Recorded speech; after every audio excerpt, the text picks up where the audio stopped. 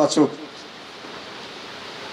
সেই গাছের আজকে এই মেলা, এটা অভিনব পদ্ধতি। আমি উদ্যোক্তাদের আবারও কুর্নিশ জানাবো। আমি একজন কৃষক, কৃষির বিশাল ক্ষেত্র, ভারতবর্ষ কৃষি প্রধান দেশ। আমি সারা রাজ্যের মানে সারা ভারতবর্ষের কথা বলবো না, ত্রিপুরা রাজ্যের কথা দেখুন প্রাকৃতিকভাবে যা আছে। ত্রিপুরা রাজ্যে তেঁতুল কেউ এত চিন্তা করেনি, এখন তেঁতুল বাইরে যাচ্ছে। ত্রিপুরা রাজ্যের আনারস অনেক দিন থেকে আমাদের জনজাতি ভাইয়েরা উৎপাদন করতেন, সেটা বাইরে যেত না, এখন বাইরে যাচ্ছে। ত্রিপুরা রাজ্যের বেল বাইরে যাচ্ছে, ত্রিপুরা রাজ্যের কাঁঠাল বাইরে যাচ্ছে, ত্রিপুরা রাজ্যের লেবু বাইরে যাচ্ছে। এখন আনারস দিয়ে ত্রিপুরাকে চেনে, বেল দিয়ে চেনে, কাঁঠাল দিয়ে চেনে, তেঁতুল দিয়ে চেনে। এটা হলো একদিক। আমরা যদি বৃক্ষকে তিনটা ভাগে ভাগ করি, একটা হলো অর্নামেন্টাল, অর্থাৎ সুন্দর লাগে, অফিসের সামনে, বাড়ির সামনে, পঞ্চায়েতের সামনে, বিভিন্ন জায়গায় আমরা কিছু গাছ লাগাই, সুন্দর দেখা যায়, সেও অক্সিজেন দেয়, কার্বন ডাইঅক্সাইড নেয়। আরেকটা লাগাই আমরা ফল, ফলের জন্য বিভিন্ন রকম হর্টিকালচার থেকে ব্যবস্থা করে ওনারা করছেন, অর্থ করি।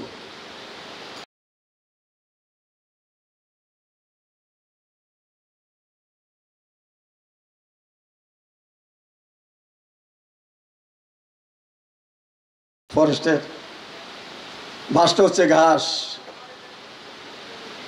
এই বাঁশ দ্বারা তৈরি আমাদের এখানের হ্যান্ডিক্রাফট। দিল্লিতে যদি যান এয়ারপোর্টে পাবেন, বম্বে যান, ক্যালকাটা যান, বিভিন্ন জায়গায় যান, বাঁশের দ্বারা তৈরি ফ্লাক্স অস্ট্রেলিয়া যাচ্ছে। সেই বাঁশ কিন্তু আমরা ধ্বংস করে ফেলছি। আমাদের জনজাতি এরিয়ার আমাদের মায়েরা, বোনেরা বা আমাদের জনজাতি বন্ধুরা বাঁশ করুল কেটে নেয়। একটা বাঁশ করুল কেটে অনেকগুলি বাঁশ দিয়ে আটি বেঁধে বাজারে নিয়ে আসে, যা দিয়ে আমরা একটা সবজি তৈরি করি। কিন্তু একটা সবজির জন্য কত অর্থ করি, ফসল, কত গাছ আমরা নষ্ট করেছি, একবার কি আমরা ভেবে দেখেছি? ভেবে দেখিনি। সুতরাং এখন সময় এসছে, উষ্ণায়ন, প্রকৃতির ভারসাম্য নষ্ট হয়ে গেছে। আপনি দেখবেন বাড়িতে একটা কল যদি আজ থেকে 1 বছর আগে লাগিয়ে থাকেন, কলের ওয়াসার আছে, পাইপ আছে, চাপার জন্য যে হাতাল সেটাও আছে, জল নেই, জল তল নিচে নেমে গেছে। 250 ফুট নিচে যদি কোনো কল বসিয়ে থাকেন, 1 বছর পরে দেখবেন কলের সব কিছু ঠিক আছে, জল আসছে না। পাশেই 300 ফুটে যান আপনি, জল আসছে। তার মানে জলের তল কমে গেছে। এবার হলো নিচের কথা। আমরা জল উঠছে, আমরা পানীয় জলের জন্য জল তুলছি, কৃষির জন্য জল তুলছি, বিভিন্ন রকমের জল তুলছি, জলটা সংরক্ষণ করছি না। এবার আপনি যদি দেখেন এদিকে জল নেই, আবার ওইদিকে সমুদ্রের জলের তল উপরে উঠে গেছে। কেন? চারিদিকে এখন বরফ গলা।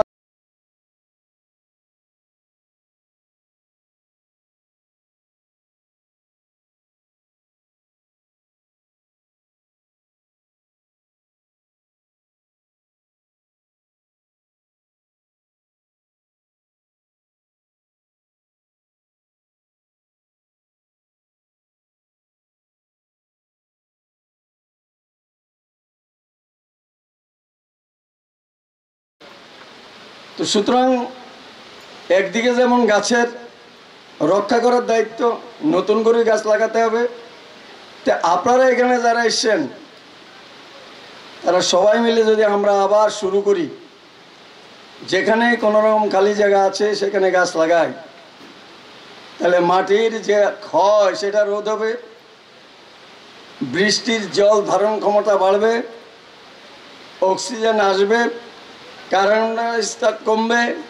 তো এই কাজগুলো একদিকে করতে হবে। অন্যদিকে মাটির ফার্টিলিটি, আগে যখন যেখানে যেভাবে লাগাতাম এভাবে ফলন হতো, এখন কিন্তু হয় না। মাটির ফার্টিলিটি নষ্ট করে ফেলেছি আমরা। ইউরিয়া, পটাশ, রক ফসফেট, বিভিন্ন রকম কেমিক্যাল ফার্টিলাইজার দিয়ে আমাদের একদিকে যেমন মাটির উর্বরতা ফার্টিলিটি নষ্ট করছি, অন্যদিকে আমরা রোগেরও কিছু আমন্ত্রণ করছি। আপনারা ছোট্ট একটা উদাহরণ দিচ্ছি, বেগুন, যে বেগুনে পোড়াডন নেই সেই বেগুনে পোকে ধরে, আর যেটাতে পোড়াডন দিচ্ছেন পোকে ধরে না, তেল তেলে মনে হয়, চকচকে মনে হয়, বাড়িতে নিলে আপনারা দেখেন। কিন্তু সেই বেগুনে যে পোড়াডন দিল, সেই পোড়াডন কতদিন পর্যন্ত তার অ্যাকশন থাকে এটা আমরা অনেকেই জানি না। কৃষক তার বাজারজাত করার জন্য তকতকে চকচকে সবজি নিয়ে যাচ্ছেন, দেখবেন পালং শাক, অন্যান্য শাক কোনো কোনো জায়গায় রাত্রিতে রেখে দেন, সকালবেলা পচে গেছে। এটা সারের প্রভাব। আমি জানি না আপনারা কতজনে পান খান।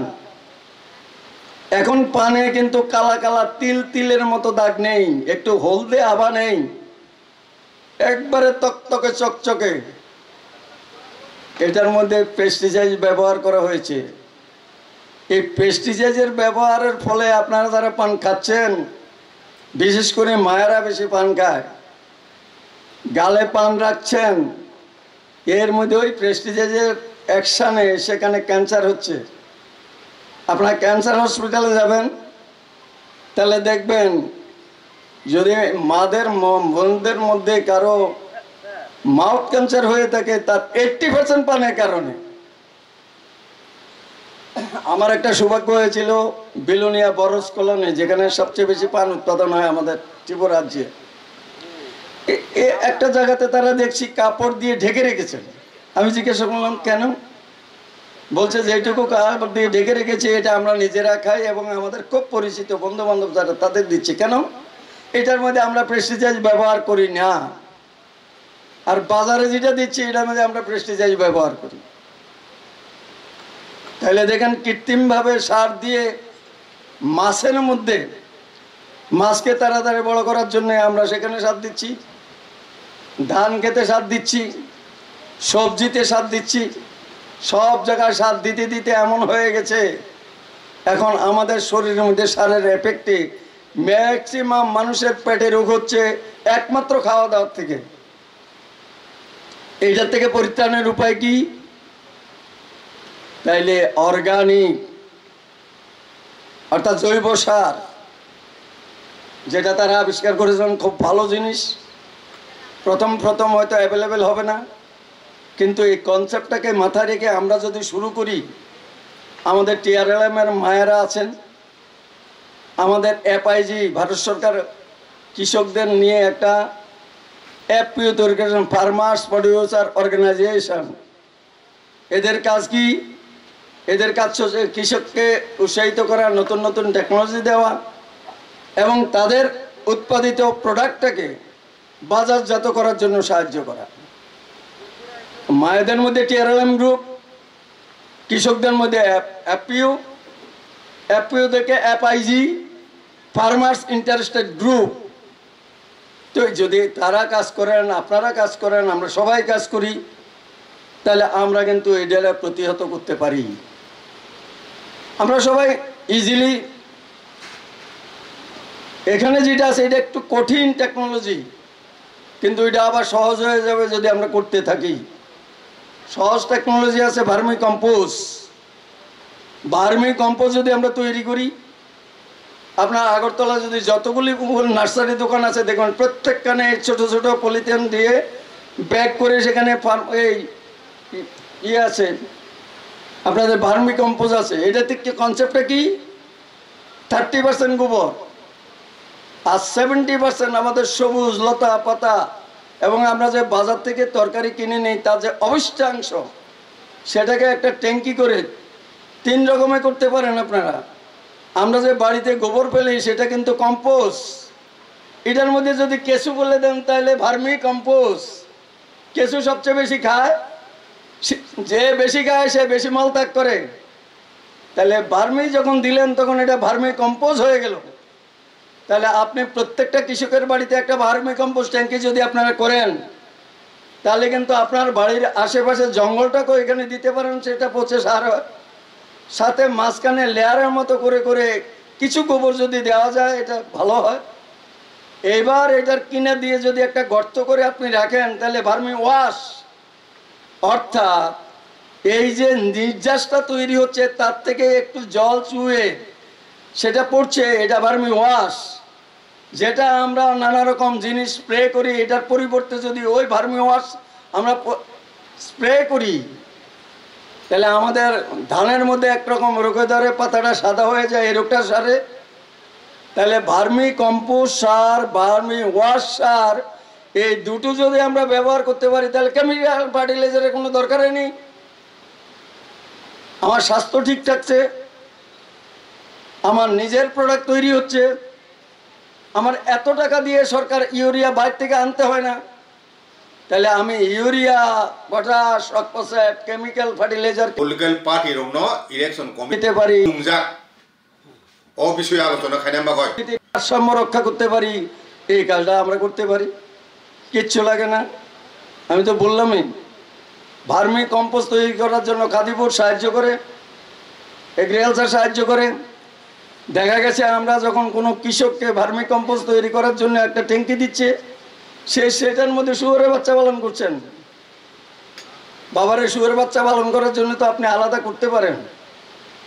মায়েদের সবচেয়ে বেশি চিন্তা করতে হবে। আপনারা মা, আপনারা লক্ষ্মী। এখন রাজনীতি থেকে সমাজনীতি, TRLM যত কিছু বলেন, সমস্ত কিছু মায়েরা এগিয়ে, আর মায়েরাই সবচেয়ে বেশি প্রথম আক্রান্ত হন। রান্নাঘরে যদি কিছু না থাকে, একটা ছেলে এসে প্রথম বলে মা ভাত দাও। স্কুলে যেতে বাবার কাছে পয়সা চায় না, মাকে বলে মা আমার টিফিনে পয়সা দাও, মা আমার এটা লাগবে, ওটা লাগবে, ওটা লাগবে, সেটা লাগবে, সব। মায়েরা এখন এগিয়ে, জলে স্থলে অন্তরিক্ষে সব জায়গায় এখন মায়েরা দেশ রক্ষা করার ক্ষেত্রে। আজকে আমার কাছে ভালো লাগছে, এখানে যতজন প্রতিনিধি বন্ধু এসছেন তার মধ্যে বেশি এসছেন মায়েরা। মায়েরা এখন সমাজের অর্ধেক, সব ক্ষেত্রেই তাদের একটা সাংঘাতিক ভূমিকা থাকে। ভার্মি কম্পোস্টের জন্য আপনারা যদি করেন, তাহলে গাছের মধ্যে ভার্মি কম্পোস্ট দিলেন, তাহলে রোগ হলো না। তাহলে কেমিক্যাল ফার্টিলাইজার চলে গেল, এবার আপনি রোগকে নিমন্ত্রণ দিলেন না। এবার আমরা গাছ লাগাবো, গাছ বাঁচাবো। প্রতি বছর বৃক্ষরোপণ করি আমরা। মাকে নাম এক প্রেয়ার, আমার মাননীয় প্রধানমন্ত্রী বলছেন। বাবা ছেলে স্কুল থেকে রাস্তার পাশে হোক, স্কুলের পাশে হোক, গাছ লাগাচ্ছে, বাবা গিয়ে সেখানে একটা গরু বেঁধে দিচ্ছে। তাহলে কি হচ্ছে?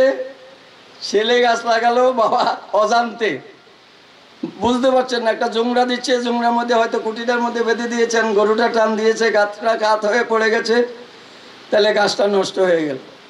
তাহলে গাছ লাগাবেন, গাছ রক্ষা করবেন, এই কনসেপ্টটার জন্য আজকে তারা এত পরিশ্রম করছেন।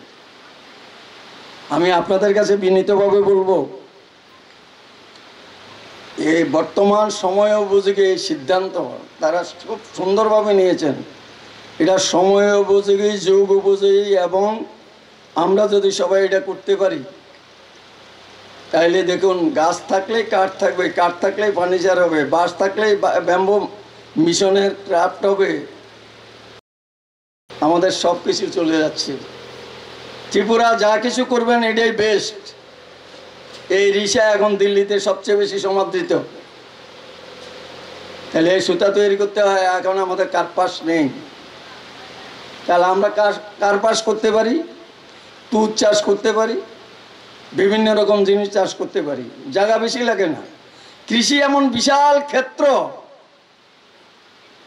এটা যেমন বলেছে বিপুল, এই পৃথিবীর কতটুকু জানি, কত না নগর দেশ, কত রাজধানী।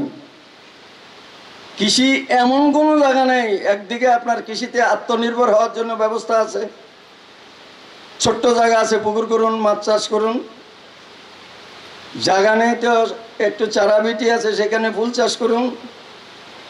এইটাও নেই, আপনার বাড়ির পাশে অন্যের একটা রাবার বাগান আছে, সেখানে মধু চাষ করুন। তাহলে মধু চাষ করেন, ভার্মি কম্পোস্ট করেন, এটার জন্য তো জায়গা বেশি লাগে না। এবার যদি মাশরুম চাষ করেন, প্রোটিন ভ্যালু, বাজার থেকে সার দেওয়া মাছ খাওয়ার থেকে আপনি যদি মাশরুম চাষ করেন, মাশরুম চাষ করতে কী লাগে? একটা স্পন লাগে আর কিছু খড় লাগে। এটা টেকনোলজি এত সহজ, ইনকাম বেশি। এই মাশরুম যদি আপনি চাষ করেন, সেই মাশরুম যখন খেতে পাচ্ছেন, আবার মাশরুমের যে খড় দিয়ে প্যাকেটটা হচ্ছে, সেই প্যাকেটটা মাশরুম চাষের পরে এটা নিয়ে আবার ভার্মি কম্পোস্ট ট্যাঙ্কিতে দিন, তাহলে এটা পচে আবার ভার্মি কম্পোস্ট হচ্ছে। আমরা প্লাস্টিকের ব্যবহার করি, প্লাস্টিকের মাটির ক্ষতি করে। আপনি দেখবেন যেখানে পলিথিন আছে সেই মাটিটার মধ্যে আশেপাশে কোনো গাছ লাগান, গাছ হবে না, মরে যাবে। এটা পচনশীল না, এটা মাটিকে নষ্ট করে, মাটির স্বাস্থ্য নষ্ট করে। আর আমরা বর্তমান যুগে যখন আমি কোথাও ডাক্তার দেখাতে যাই, প্রথমে বলে আপনি এটা পরীক্ষা করুন, এটা পরীক্ষা করুন, এটা পরীক্ষা করুন, এটা পরীক্ষা করুন, তারপরে আমাকে ওষুধ দেয়। ঠিক তেমনি আমাদের জমি, আমাদের মাটি, আমাদের সয়েল টেস্ট করতে হয়। আপনার এই মাটির মধ্যে কোন সারটা প্রয়োজন, আপনি কিন্তু আন্দাজের উপরে সার দিচ্ছেন, তো এই সারটা অপচয় হচ্ছে। কোনটা আপনার সবজি বা আপনার গাছ, আপনি যেটাই লাগান সেটার ক্ষতি করছে।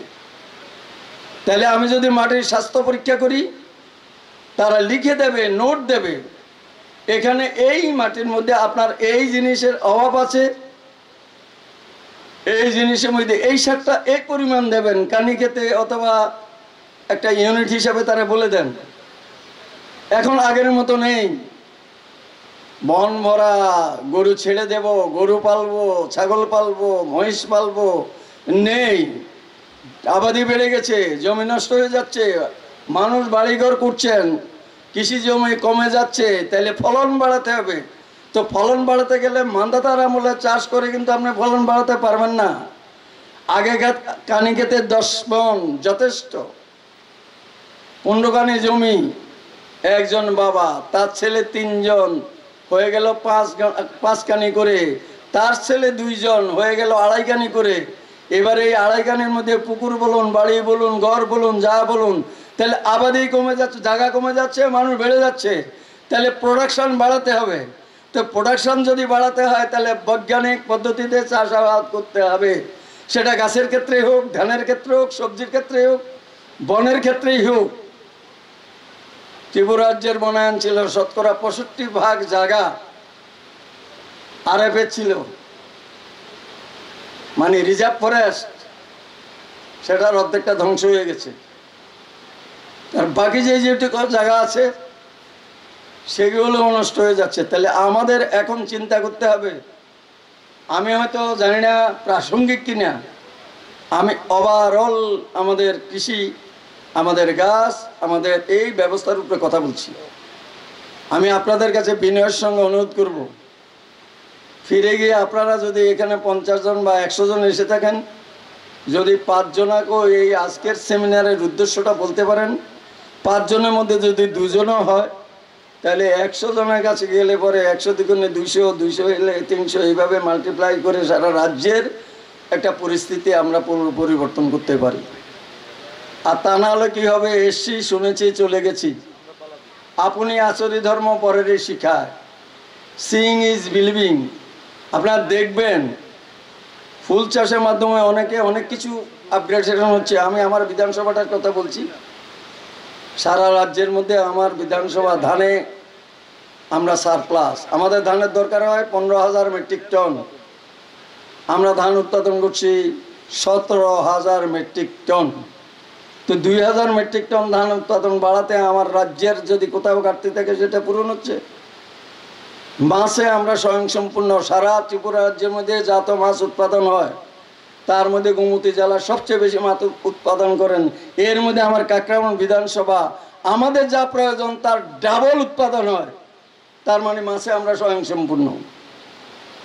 এবার মধু, আমরা মধু চাষ করছি। মধু চাষের জায়গা বেশি লাগে না, একটা বাক্স লাগে, এটা খাদিপুর থেকে দেয়, 2 থেকে 2,500 টাকা নেয়, ফ্রি অফ কস্টও দেয়, কাস্টার পদ্ধতিতে করে, ব্যক্তিগতভাবে করে।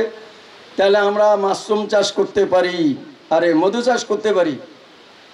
আমাদের এখানে একজন লোক আছে, সে 1.5 থেকে 2 লক্ষ টাকা ইয়ারলি তার ইনকাম শুধু মধুতে। তার অনেকগুলি কলোনি, অনেকগুলি বাক্স আছে। এবার যারা রিজার্ভেরই আছেন, ফরেস্ট কোনো আপত্তি করবে না, একটা এক্সট্রা ইনকাম করতে পারেন যদি শাল গাছে আপনার গোলমরিচ গাছ লাগান। ফরেস্টের গাছটা রক্ষা হলো, আপনি একটা এক্সট্রা ইনকাম পেয়ে গেলেন, ফরেস্টের তরফ থেকে কোনো বাধা আসবে না। জায়গা প্রকল্পে এরকম অনেক কিছু করছে, গ্রামীণ মানুষকে নিয়ে কমিটি বানিয়েছেন, বেড়া দিয়েছে ছাগলে যেন আমার ক্ষেত না খায়। অনেক জায়গায় ছাগলেই ক্ষেত খায়, আর এই বেড়ায় ক্ষেত খায়। আমি কাউকে দোষ দিচ্ছি না, কোথাও কোথাও আমরা জানবুঝ করি আমাদের ক্ষতিটা আমরা জানতে পারছি না, তার জন্য আমরা সুদূর প্রসারী প্রভাব মধ্যে পড়ে গেছি। এখন কিন্তু এইগুলি চিন্তা করতে হবে। এখন প্রত্যেকটা পরিবারেই শিক্ষার হার বেড়ে গেছে, মোবাইলে অনেক কিছু জানে, ইউটিউবে জানে এখন কি ক্ষতি হয় কি ক্ষতি হবে না, কি ভালো কি খারাপ। এটা শুধু মোবাইল দিয়ে অন্য কিছু করবেন। আমাদের মায়েরা বোনেরা আর কিছু আন্ডারের ছেলে মেয়ে ফুরুত, করোনার সময় মোবাইল দিয়েছে লেখাপড়া করার জন্য, অনলাইনে লেখাপড়া হয়, ক্লাস হয় না। আর এখন এটার মিসইউজ হয়ে এখন শুধু মোবাইলের দ্বারা ফুরুত। আমি জানি না, কিন্তু সারাদিন দেখবেন বয়স্ক থেকে শুরু করে ছোট বাচ্চা পর্যন্ত শুধু মোবাইল নিয়ে। এখন দেখবেন স্কুল মাঠে ছেলেমেয়েরা লেখা, খোখো বলেন, কাবাডি বলেন, ভলিবল বলেন, ফুটবল বলেন, যা বলেন এটা কমে গেছে। ছোট্ট একটা অংশ খেলার সাথে যুক্ত, আর বাকিরা মোবাইল। মনে হচ্ছে আগামী দিন পরীক্ষা, সবাই আমরা মোবাইল দেখছি। এই যে বিজ্ঞান আশীর্বাদ আর অভিশাপ, এই দ্বিতীয়টা হলো অভিশাপ। মোবাইলে 17টা জিনিস খাইছে, মোবাইলে টেলিফোন খাইছে, মোবাইলে টিভি খাইছে, মোবাইলে রেডিও খাইছে, মোবাইলে এরকম করে অনেক কিছু খাইছে। আবার পোলাইনের মাথাটাও খাইছে। পোলাইনের তো আমার মতো বুড়া যারা আছে, আমি নিজেও, এটা একটা নেশা হয়ে গেছে। সারাদিন পরিশ্রমের পর এইবার ফেসবুক খুলে কিছু দেই, কিছু সব খবরাখবর দিই। এটা একটা মানুষ, আমরা যে জায়গায় গেছি এখন কিন্তু চিন্তা করে পদক্ষেপ দিতে হবে, স্টেপ দিতে হবে আপনার উত্তরসূরির জন্য। আপনি কিন্তু বেঁচে গেছি। জলের জন্য এমনও দিন আসবে, আমি বলে রাখি, এখন এই ভারতবর্ষে কোথাও কোথাও রেল দিয়ে জল নিয়ে যায়, বড় বড় গাড়ি দিয়ে জল নিয়ে যায়। 1 লিটার জলের দাম 10 টাকা। আমরা 1 লিটার জল না ভাই 20 টাকা বা 15 টাকা। তাইলে জল নাই কেন? গাছ নাই দেখে, গাছ নাই কেন আমরা কেটে ফেলে দেখে, আমরা লাগাই না দেখে, এবং আমরা এইভাবে কাজ করতে যদি দেখি, তাহলে আগামী দিনে জলাশয়গুলি পরিষ্কার আর দিয়ে পুলিশ দিয়ে পাহারা দিতে হবে, নাহলে জল নিয়ে ঝগড়া হবে। সুতরাং আমি আপনাদের কাছে বিনীতভাবে বলবো, আজকে এই মহৎ উদ্যোগে আপনারা যারা এসছেন, তারা বলছেন আপনাদেরকে বাংলা এটা ট্রান্সলেট করে লিফলেটগুলি দেবে, পড়বেন, নিজে পড়বেন, অন্যকে পড়াবেন। আজকে যে এখানে কষ্ট করে এসছেন, আমি জানি না আমি কি বলতে পেরেছি, কিন্তু ওনারা যা বের করেছেন দেখুন। এখন আমরা একোয়া আনি, আমরা আগে একোয়া কি আসছিল 5টা কলস। প্রথম কলসে বালু, এর কলসে আরেকটা কিছু, এর পরে আমরা নারকেলের সোবরা, তারপরে দিতাম কয়লা। এটার মধ্যে